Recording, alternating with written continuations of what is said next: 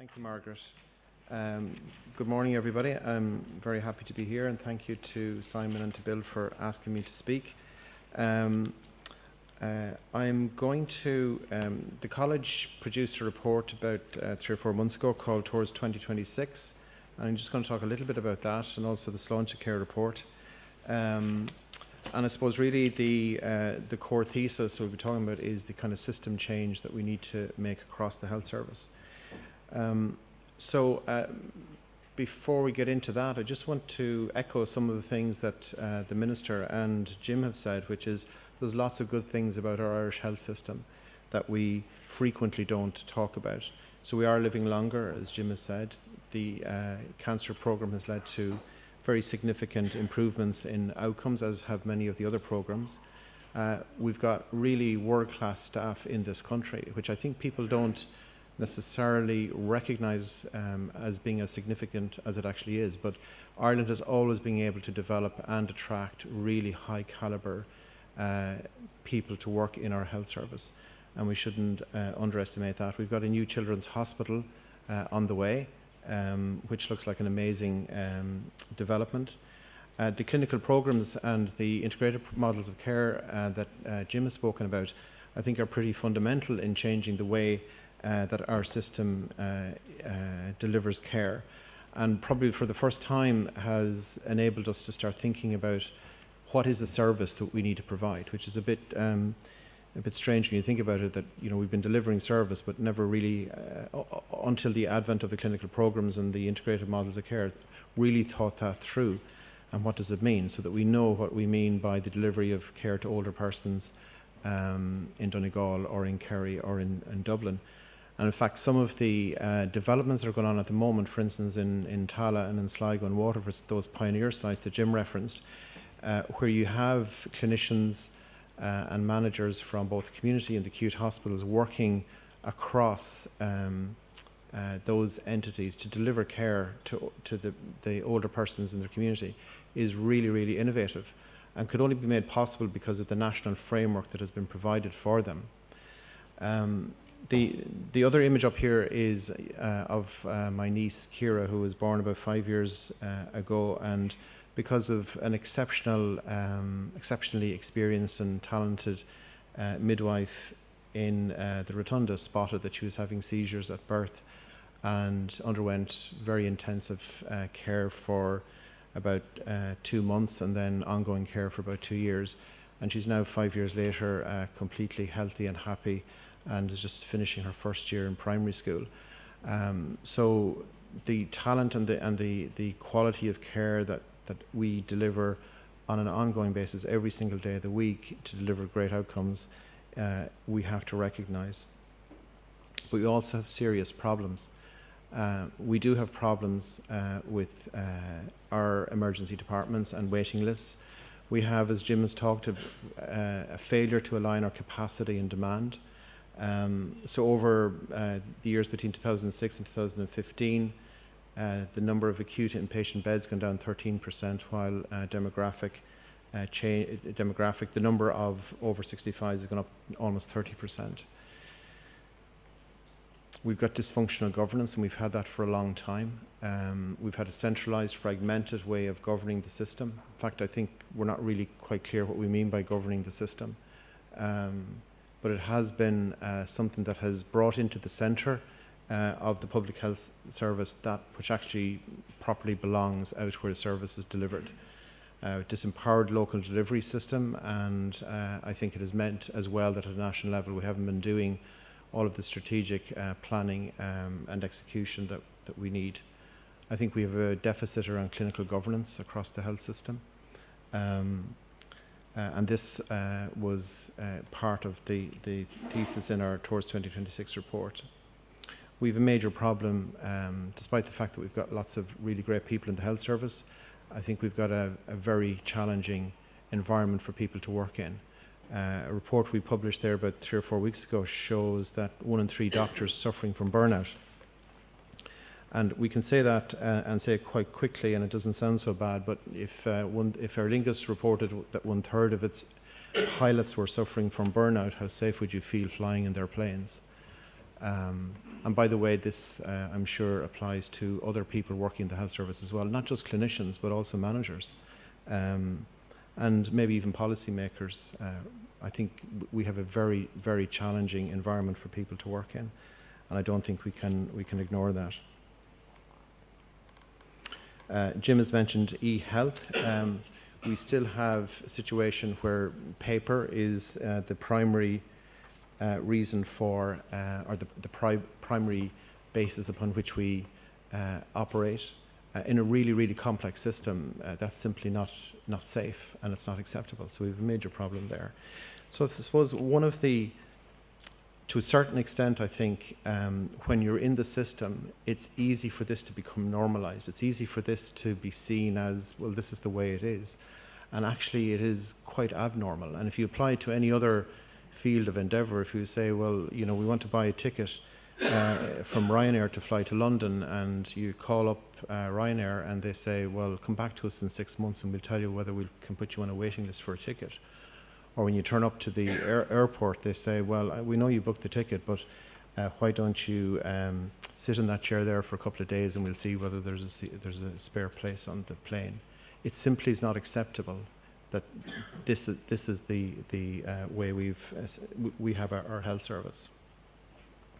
Jim also spoke about what is facing us.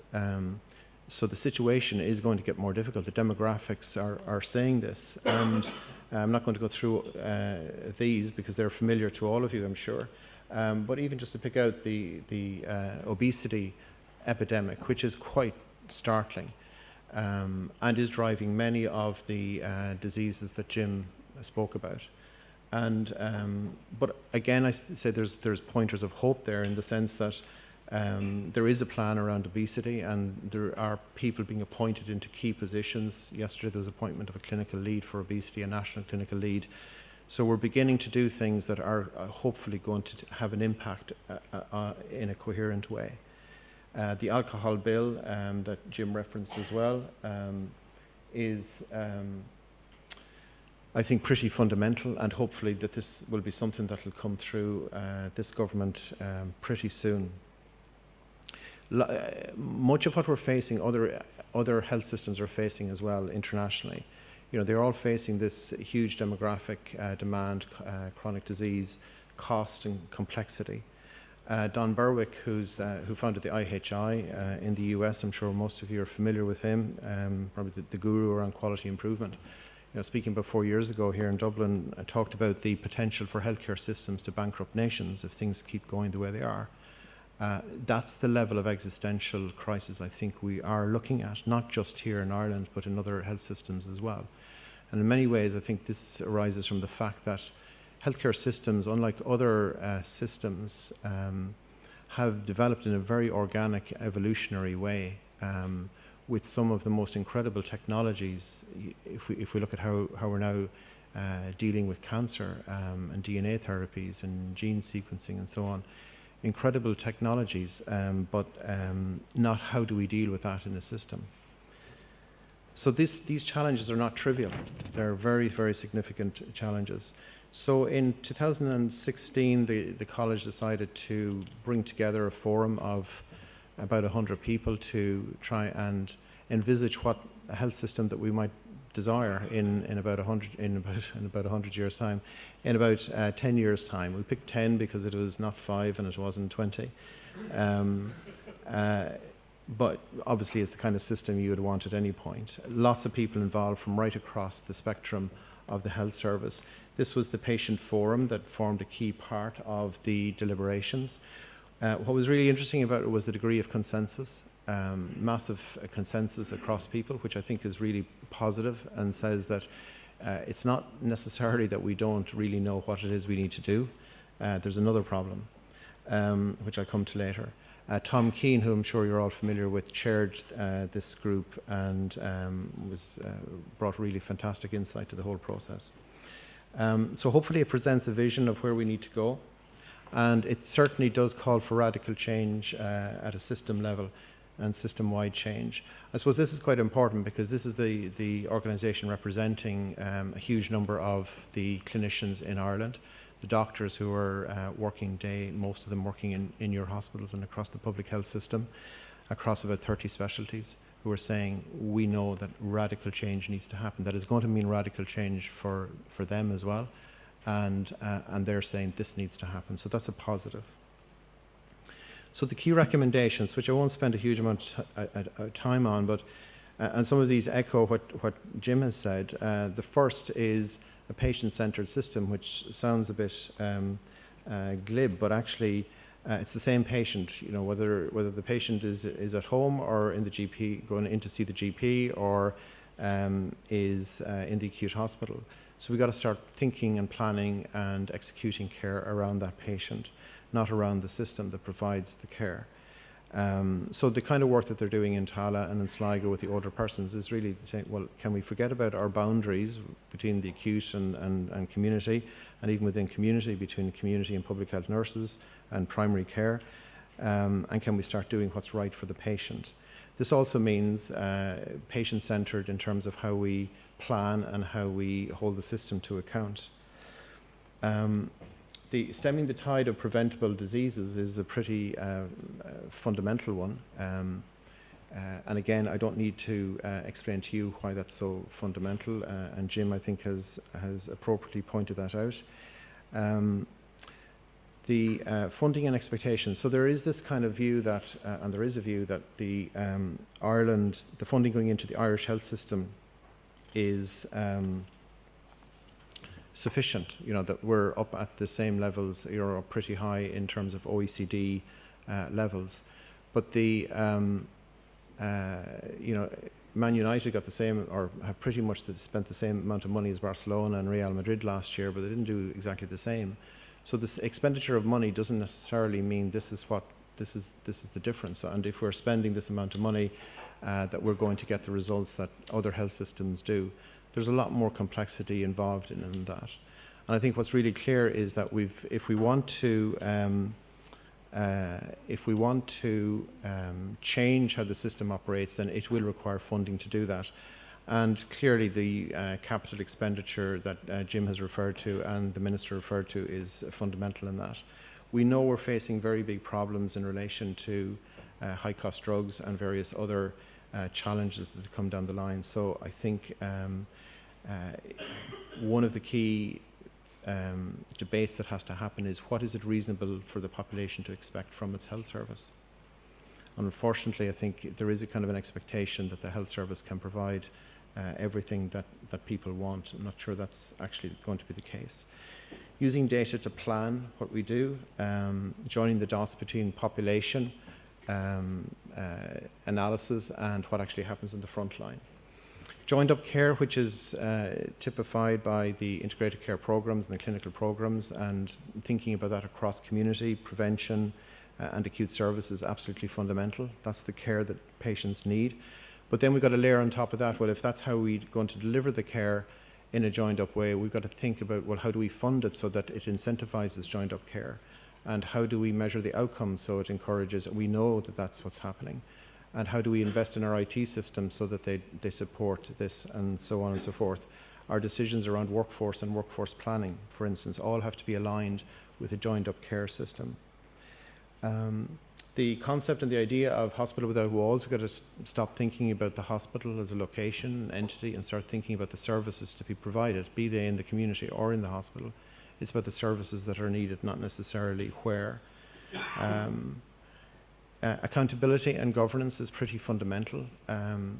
We have, through the centralisation and fragmentation of governance, we've done a lot of damage to the health service. We have to get back to the point of having clear governance, which essentially is people know what they're responsible for, and they're being held to account. They have the authority and the responsibility to go with that, and they're being held accountable for it. And that's something that needs to grow from the ground up, not something that's imposed from the top down.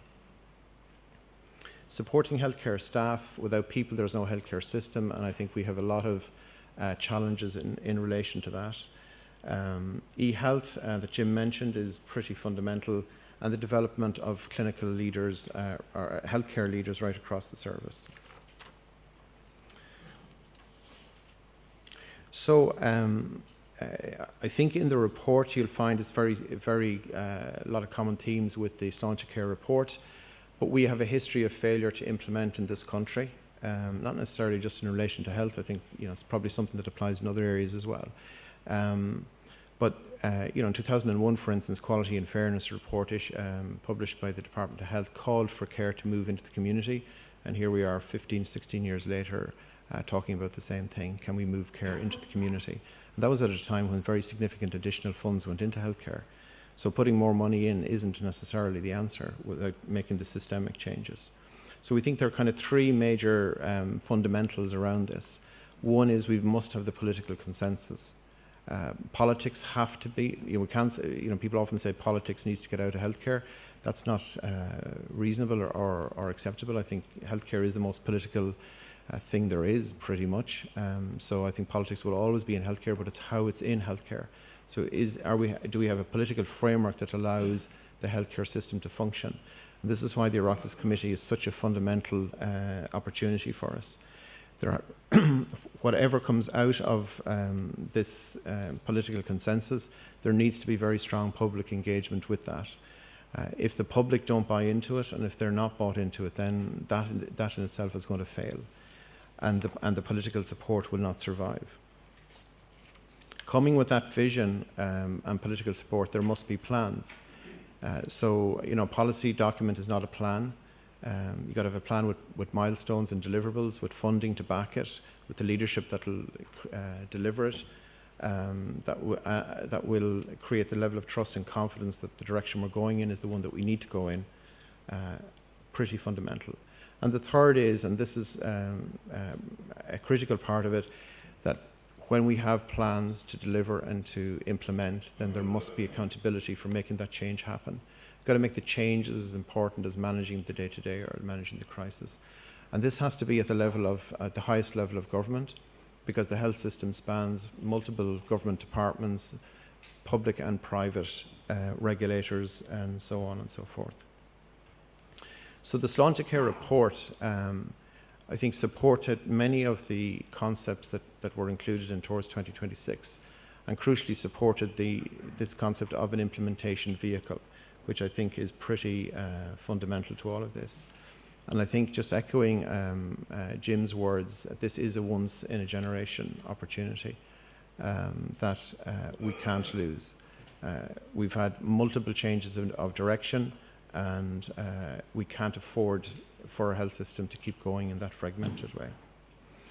So many of the concepts that were included in Sláinte Care, the recognition of a crisis, equity of access, system-wide change, funding to make the change happen, geography is the basis for joined-up care delivery, a small, more strategic national centre to sustain this implementation over many years, and that it's a cross-party, cross-government approach. All of these are pretty fundamental. But we do wait the government response, so it is important to see what the government are going to do with this. And I'd also say, I know the Minister referred to it as a plan. It's actually not a plan. It is a direction of travel, it's a framework, it's a vision that we can buy into. It is not actually a plan. That's what needs to come now, what will actually be delivered. And fundamental to that is, unless there is a vehicle that's going to manage that implementation, as is called for in the Sláinte Care report, we don't think it will happen. So that is pretty fundamental.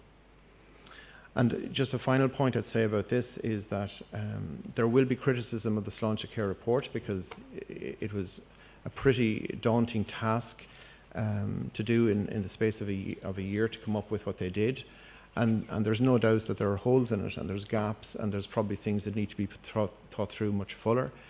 But this, I think we've got to think in the bigger scheme of things, and think this provides us with a direction and a vehicle for implementation and change, and we should support that very strongly. For the private sector, obviously you have a much better understanding of this than I would, but I think in the context where there isn't clear direction, it's likely to lead to guesswork and poor planning, and maybe we're not sure what exactly we should do. So with a direction established by Sláinte Care and what comes from that, hopefully that will allow people then to begin to see, well, how can they fit within that direction, and how can they plan and come up with solutions that will work within that context.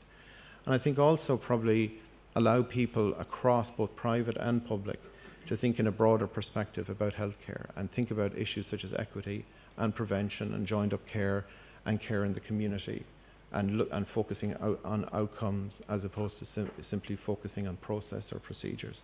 So I think it offers an opportunity for all people right across public and private sector to do that. I'm just going to finish on this.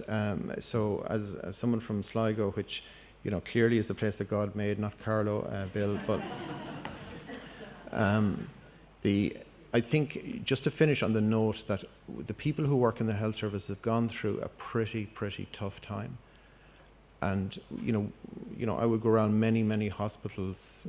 Was in a hospital last week and the week before, right around the country. People are genuinely in a bad place. While at one level they're hugely committed and dedicated and doing lots, but there's a huge breakdown in trust. There's a lot of burnout. People need to be minded, and as leaders across the health service, I'm sure you, as in your role within the private hospitals, are very conscious of that with your staff.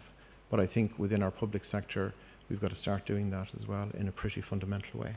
Thank you very much.